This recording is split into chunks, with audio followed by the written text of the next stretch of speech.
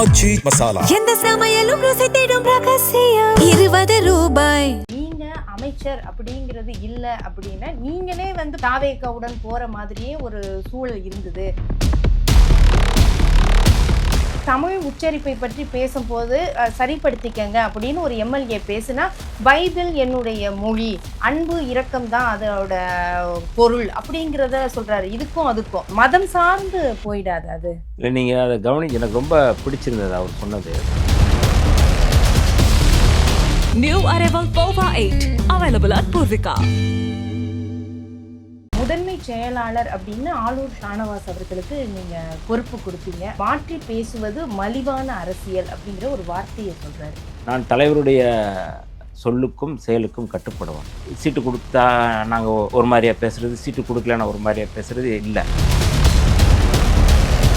நீங்க எப்படி உங்களால அட்ஜஸ்ட் பண்ணி இருக்கணும் அப்படிங்கிற சிச்சுவேஷன் அந்த அட்ஜஸ்ட் பண்ணுறது அப்படிங்கிறதே என்னை காயப்படுத்துகிற மாதிரி தான் நான் பார்க்குறேன்.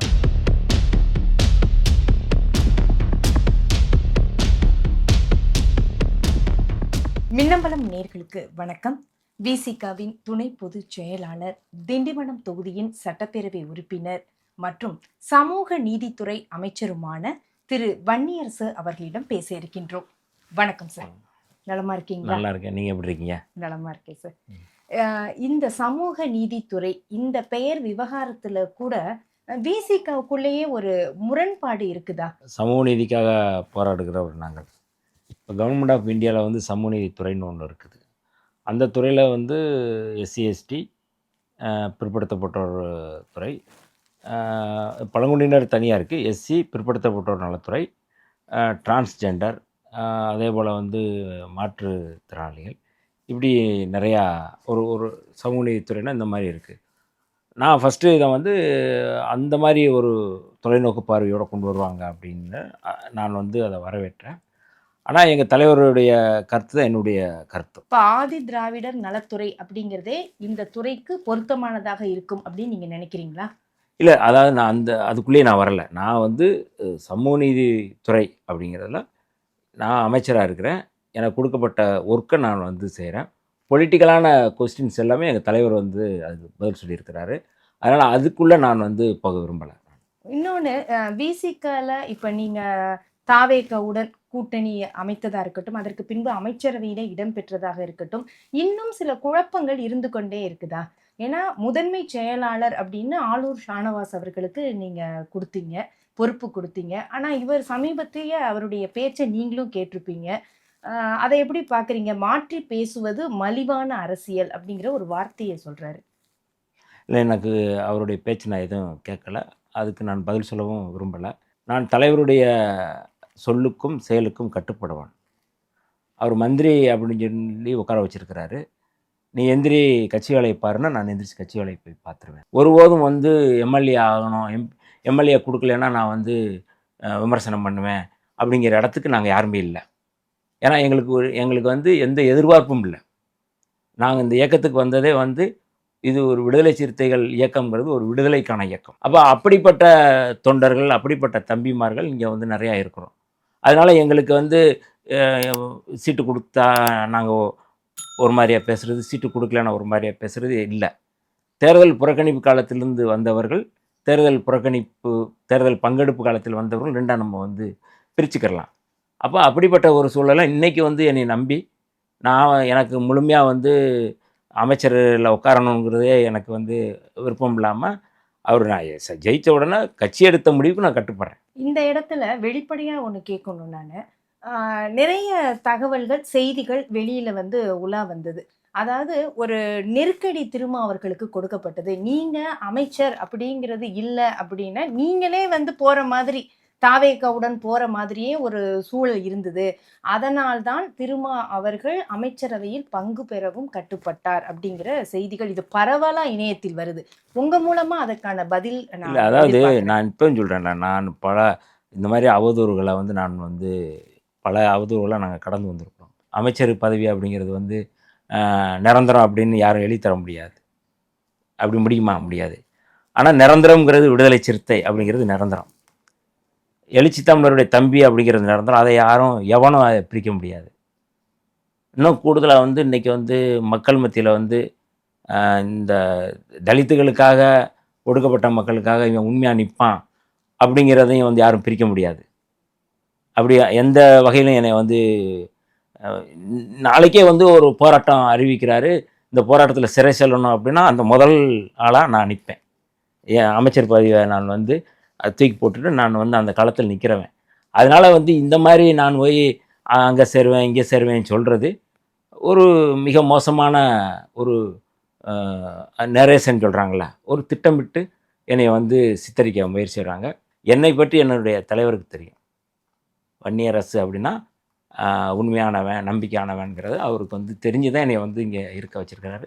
அதனால் ஒவ்வொரு நாளும் ஒவ்வொரு செயலுமே அவரின்றி அசையாதுங்கிற மாதிரி அவர் சொல்லாமல் நான் எதையும் செஞ்சதில்லை. கொள்கை முக்கியம், அமைச்சருங்கிறதெல்லாம் எனக்கு அடுத்தது தான் அப்படிங்கிறத நீங்கள் சொன்ன அந்த சொல்லாடல்கள்லேருந்து நான் புரிஞ்சுக்கிறேன். அந்த கொள்கையில் உங்களால் நின்று இப்போ தாவேக ஆட்சியில் அமைச்சராக இருந்து பயணிக்க முடியுதா? அந்த 3 மாத காலம் வந்து என்னுடைய சுதந்திரமான செயல்பாடுகள், அதனுடைய பரப்புரைகள், என்னுடைய எல்லாவற்றையும் நீங்கள் வந்து பார்த்துட்ருக்குற மக்களும் பார்த்துட்ருக்காங்க. எந்த இடத்துலையும் நாங்கள் வந்து காம்ப்ரமைஸ் ஆக மாட்டோம். இன்னைக்கு நடந்த சட்டப்பேரவையில் கூட தாய் தமிழ், அதாவது தாய் தமிழ் வாழ்த்துக்கான அந்த தீர்மானத்தை முன்மொழியும் பொழுது என்னுடைய உரையில் இந்து ராஷ்டிரம் அமைக்க முயல்கின்ற பாஜக அரசை கண்டித்து தான் நான் வந்து பேசியிருக்கிறேன். நாங்கள் ஒருபோதும் வந்து நாங்கள் வந்து ஒரு தொலைநோக்கு பார்வையோடு செயல்படக்கூடியவங்க. இதெல்லாம் ஒரு இளைப்பாறுதல் தான்.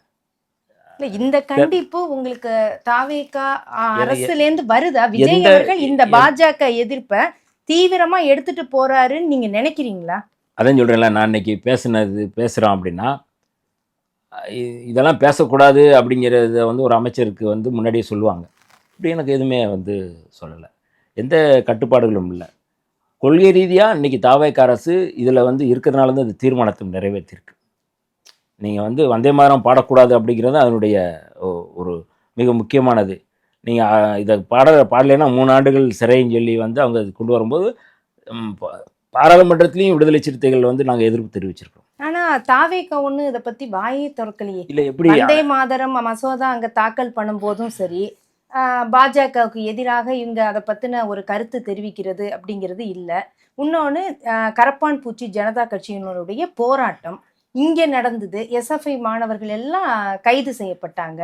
அப்போது இதெல்லாம் நீங்கள் ஒன்றிய அரசுக்கு, உங்கள் வார்த்தையில் சொல்லி மத்திய அரசுக்கு எதிரானதாக ஒரு வலுவாக நிற்கிது தாவேக அரசு அப்படிங்கிறது அந்த நிலைப்பாடு உங்களால முடியுதா? இங்க எப்படி உங்களால அட்ஜஸ்ட் பண்ணி இருக்கணும் அப்படிங்கிற சிச்சுவேஷன்? அந்த அட்ஜஸ்ட் பண்றது அப்படிங்கிறதே வந்து என்னை வந்து காயப்படுத்துற மாதிரி தான் நான் பார்க்குறேன்.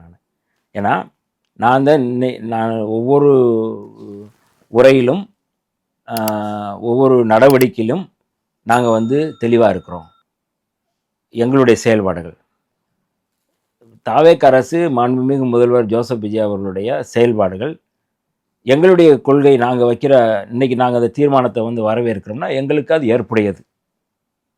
நாங்கள் அது முரண்பாடானதை எங்கள் தலைவர் சுட்டி காட்டிடுறாரு, அல்லது அதை வந்து அறிக்கையாகவும் கொடுத்துட்றாங்க. அதனால் வந்து எந்த விதத்திலும் வந்து நாங்கள் வந்து கோட்பாட்டு அடிப்படையில் எதிராக இருக்கிறாங்க அப்படின்னா நாங்கள் அந்த எதிராக இருக்கிறத வந்து நாங்கள் வந்து ஆமோதிச்சுட்டு இல்லைன்னா வந்து அதை சரின்னு சொல்கிற இடத்துல நாங்கள் இல்லை. அது உடனடியாக நாங்கள் வந்து அதை வந்து நேரடியாக சொல்லிடுறோம். இல்லைனா வந்து அது குறித்து நாங்கள் எங்கள் தலைவர் அறிக்கை கொடுக்குறாங்க. அதனால் வந்து நாங்கள் இந்த கூட்டணி மூலமாக மக்களுக்கு என்ன செய்ய முடியும். நாங்கள் அமைச்சர் ஆனதுனால இந்த மக்களுக்கு இன்றைக்கி பார்த்துருப்பீங்க, காலையிலேருந்து நான் வந்து சட்டப்பேரவைக்கு முடிச்சுட்டு இங்கே வர்றேன். இன்னமும் கூட்டம் இருக்குது. இப்போ மணி 8 மணிக்கு மேலே ஆகுது, கூட்டம் இன்னும் இருக்குது. நீங்கள் இந்த இடத்துல வந்து எந்த அமைச்சர் இடங்களும் நீங்கள் பார்த்தாலும் யாரும் இருக்க மாட்டாங்க. நான் இருக்கிறேன் அப்படின்னா என்னை நம்பி அப்படிங்கிறத தாண்டி விடுதலை சிறுத்தைகள் ஒரு அமைச்சராக இருக்கிறாங்க, நம்ம போய் கட்சி சாராதவங்க வர்றாங்க. அப்போ அந்த நம்பிக்கைக்கு நான் வந்து பாத்திரமாக இருக்கணும், அந்த நம்பிக்கையின் அடிப்படையில் நான் செயல்படணும். அப்போ இது எல்லாத்தையும் வந்து நான் வந்து எதிர்கொண்டு தான் நான் இந்த இடத்துல நிற்கிறோம். அதனால் வந்து கட்டாயம் எங்களுடைய செயல்பாடுகள், எங்களுடைய நடவடிக்கைகள் எல்லாமே வந்து தாவேக அரசோடு இணைந்து செயல்படுது அப்படிங்கிறத நம்ம வந்து பார்க்கணும். கொள்கை ரீதியா அப்படிங்கிறதுனால நான் கேட்குறேன், சட்டப்பேரவையில் நிதித்துறை அமைச்சர் மரிய வில்சன் அவர்கள் கூட அந்த ஜெபமாலை வச்சு அதற்கு பிறகுதான் பட்ஜெட் படிச்சாரு. அதுவும் கூட ஒரு விமர்சனத்துக்கு உள்ளாகி இருக்குல்ல. இத நீங்க இந்த விஷயத்தை எப்படி பார்க்குறீங்க? இல்லை, ஏதாவது இது ஒரு பெரும்பான்மைவாத அரசியலை முன்னெடுக்கக்கூடியது. இந்தியாவே புரட்சியாளர் அம்பேத்கர் ஏற்று கொடுத்த அரசியலமைப்பு சட்டம் யாரும் எந்த மதத்தையும் தழுவலாம், எந்த மதத்தையும் பரப்பலாம். இது அரசியலமைப்பு சட்டத்தில் கொடுக்கக்கூடிய வழங்கப்படுகின்ற ஒரு மிக முக்கியமான நமக்கான உரிமை அது. பெரும்பான்மை அடிப்படையில் தான் இந்தியா இன்னைக்கு இந்து ராஷ்டிரத்தை உருவாக்க முயற்சி செய்கிறாங்க. பாரதிய ஜனதா அரசு அல்லது ஆர்எஸ்எஸ் சங் பரிவார அமைப்புகள் அதை முன்னெடுக்கிறாங்க. நீங்கள் அதாவது கல்வி நிறுவனங்களாக இருக்கட்டும் அல்லது அரசு நிறுவனங்களாக இருக்கட்டும், அங்கே எந்த மதச்சார்பு உள்ள படங்களோ எதுவும் வைக்கக்கூடாது அப்படிங்கிறது அரசாணையே இருக்குது. வழிபடக்கூடாது, பிள்ளையார் விநாயகர் சதுர்த்தினா விநாயகர் சதுர்த்தி பண்ணக்கூடாது. ஆனால் பெரும்பான்மையின் அடிப்படையில் நீங்கள் கட்டும்போதே கோயிலும் கட்டிடுறாங்க. அங்கே சர்ச்சோ ஒரு பள்ளிவாசலே கட்டுறதில்ல. பெரும்பான்மையினுடைய முகமாக அடையாளமாக கொண்டு வராங்க. சிறுபான்மை மக்களுடைய உணர்வுகள் உரிமைகள் தொடர்ந்து புறக்கணிக்கப்பட்டு வருகிறது. ஒரு இஸ்லாம் சமூகத்தை சேர்ந்தவராக இருந்தாருன்னா அவர்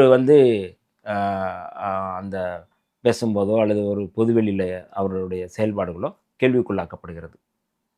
அதே இது நீங்கள் பட்டையடித்து நீங்கள் உத்திராட்ச கொட்டை போட்டு அவங்க காவி வேஷ்டி கட்டி சாமியார் மாதிரியே வருவார் பிரதமர், அதை யாரும் கேள்வி கேட்க மாட்டார். இது மதச்சார்பற்ற நாடு. ஆனால் ஒரு சாமியார் மாதிரியே வந்தார், அவரே ராமருக்கு பூஜை செய்கிறாரு. இது அரசியலமைப்பு சட்டத்துக்கு எதிரானது. அரசியலமைப்பு சட்டத்துக்கு ஒருவர் அப்படி செய்கிறாரு அப்படின்னா அவர் என்ன அடிப்படையில் பண்ணுறாரு? பெரும்பான்மைவாதத்தை நிலைநிறுத்தணும். அப்போ சிறுபான்மை மக்களுடைய உணர்வுகள் புறக்கணிக்கப்படுது. அப்போ சிறுபான்மை மக்களுடைய ஒரு உணர்வாக உரிமையாக அதை அவர் எடுத்துகிட்டு போகிறாரு அப்படின்னு தான் நம்ம பார்க்கணும். சிறுபான்மை மக்களுடைய அந்த உரிமையை பாதுகாக்கக்கூடியது தான் அரசியலமைப்பு சட்டம். அந்த அரசியலமைப்பு சட்டத்தின்படி தான் அவர் செயல்பட்டுருக்கிறார். இல்லை, அவர் செஞ்சது அரசியலமைப்பு சட்டத்துக்கு உட்பட்டதா? உட்பட்டுன்னு தான் சொல்கிறேன் நான். எங்கேயும் அவர் இது பண்ணலை, நீங்கள் பிரச்சாரம் பண்ணலை. அவருடைய நம்பிக்கையின் அடிப்படையில் அவர் வராரு. இதை பெரும்பான்மைவாதத்திலேருந்து நீங்கள் பார்க்கும்போது இது நீங்கள் அந்த மனநிலையிலிருந்து பார்க்குறவங்களுக்கு தெரியும். பெரும்பான்மை வாதத்தின் அடிப்படையில் நீங்கள் இதை கேள்வி கேட்குறீங்க. பெரும்பான்மை சிறுபான்மை எல்லாம் இல்லை, ஒரு அரசியல் சட்ட அமைப்புக்கு உட்பட்டு இது நடக்கிறதா அப்படிங்கிறது தான். சட்டப்பேரவைக்குள்ள வந்தா அவருக்கான அந்த மதம் சாதி எல்லாத்தையும் தவிர்த்து விட்டு அந்த கோட்டுல நின்றுக்காரா அப்படின்னு கேட்கிறேன். இத்தனை காலம் யாருமே இப்படி செஞ்சதில்லை. அதனால இது ஒரு அதிர்ச்சியா இருக்குது. மரியாதைக்குரிய மரிய வில்சன் அவர்கள் இந்து மதம் தொடர்பாகவோ வேறு மதம் தொடர்பாக அவமதிப்பு பண்ணாருன்னா அதை நம்ம சொல்லலாம். அது நம்ம அப்படி இல்லை. அவர் வழக்கமாக கழுத்தில் சிலுவை போட்டிருக்கிறாரு, இல்லைனா கையில் வச்சிருக்கிறாரு அப்படிங்கிறத நம்ம ஒரு கேள்விக்குள்ளாக்குவது ஒரு பெரும்பான்மை அரசியலை நம்ம ஊக்கப்படுத்துகிறதா நான் பார்க்குறேன். சிறுபான்மை மக்களுடைய உணர்வுகளை இன்றைக்கி இந்த அரசு பாதுகாத்துக்கிட்டு இருக்கு அப்படிங்கிறத நிதியமைச்சருடைய செயல்பாடாக நான் பார்க்குறேன். இல்லை, இதை இது கான்ட்ரவர்சியலாக இருந்தால் கூட சில விஷயங்கள் நம்ம பேசி ஆகணும். இப்போ நீங்கள் சிறுபான்மை அப்படின்னு ஒரு பக்கம் வைக்கிறீங்க. இப்போ இந்த அரசுலேயும் முதல்வர் அவர்கள் ஜோசப் விஜய், அதே மாதிரி அமைச்சர்களும் கிறிஸ்தவ சமுதாயத்தை சார்ந்தவர்களாக இருக்கிறாங்க. நீங்கள் எப்படி ஒரு பெரும்பான்மை ஒரு பயத்தை உண்டாக்கும்னு சொல்கிறீங்களோ, அப்போ இவர்களுடைய செயல்பாடுகள் எல்லாமே பெரும்பான்மையை ஒரு பயத்துக்கு உள்ளாக்காதா? இப்போ இன்னைக்கு கூட தமிழ் உச்சரிப்பை பற்றி பேசும்போது சரிப்படுத்திக்கங்க அப்படின்னு ஒரு எம்எல்ஏ பேசுனா, பைபிள் என்னுடைய மொழி, அன்பு இரக்கம் தான் அதோட பொருள் அப்படிங்கிறத சொல்றாரு. இதுக்கும் அதுக்கும் அப்ப இந்த அச்சுறுத்தல் வராதா? அப்ப இங்க சமயம் ஒரு மதம் சார்ந்து போயிடாது அது? இல்லை, நீங்கள் அதை கவனிச்சு எனக்கு ரொம்ப பிடிச்சிருந்தது அவர் சொன்னது. அன்பு தான் என்னுடைய மொழி அப்படின்னு சொல்லி சொல்கிறாரு. அன்பு தான், அன்பே தான் சிவம்னு சொல்லி சொல்கிறாங்க. அது ஒன்றும் பைபிளையும் குறிப்பிட்டு இல்லை, அதை தான் சொல்கிறார். பைபிளில் சொல்கிறது அன்பே சிவம் அப்படிங்கிற சொல்கிறது அன்பே மொழின்னு சொல்லி எனக்கு அன்பு தான் கற்றுக் கொடுத்துருக்கு அப்படின்னு சொல்லி அவர் சொல்கிறார். அதில் நான் ஒன்றும் தவறாக ஒன்றும் சொல்லலை. நீங்கள் சொன்னது ரொம்ப ஒரு ஒரு ஒரு பெரும்பான்மையினுடைய உளவியலிருந்து நீங்கள் அந்த கேள்வி கேட்குறீங்க, நான் புரிஞ்சுக்கிறேன்.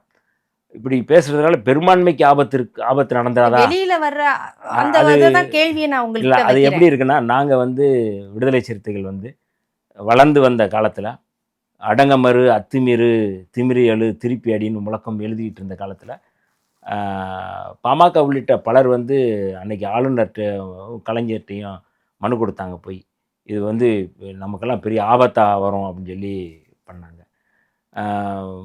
19%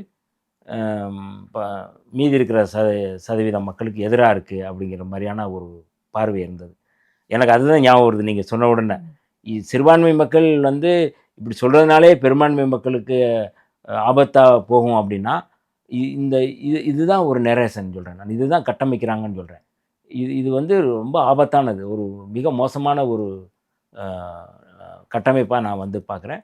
அப்படி இருக்கிறதுக்கு வாய்ப்பில்லை. சிறுபான்மை மக்களுடைய பாதுகாப்பு தான் பெரும்பான்மை மக்களுக்கும் பாதுகாப்பு. அடுத்து ரஞ்சித் அவர்கள் பேசும்போது 8 தலித் அமைச்சர்கள் கொடுத்துருக்குறோம் அப்படின்னு சொல்கிறாங்க, தாவேகா அரசு சொல்கிறாங்க. ஆனால் யாருமே தலித் மக்களுடைய பிரச்சனைகளை பேசுனதா தெரியலையேங்கிறாரு. எக்ஸப்ஷன் நீங்கள், விதிவிலக்கு உங்களுக்கு கொடுக்குறாரு. வன்னியரசு அவர்களை தவிர மற்ற அமைச்சர்கள் யாருமே தலித் மக்களுடைய பிரச்சனைகளை பேசுகிறதாவே தெரியல. அப்போ 8 பேர் நீங்கள் கொடுத்து என்ன பிரயோஜனம் அப்படின்னு கேட்குறாரு. இந்த ஒரு சூழ்நிலை எப்படி போகிறது? கால் மேலே கால் போட்டு இருக்கிற அம்பேத்கர் சிலை அப்படிங்கிற ஒரு காரணத்தினாலேயே அது தடை பண்ணப்பட்டுக்கிட்டே இருக்குது.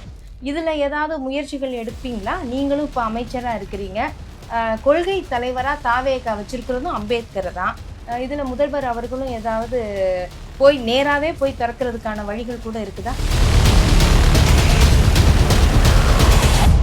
ஆச்சி மசாலா, எந்த சமையலும் ருசி தேடும் ரகசியம். 20 ரூபாய்.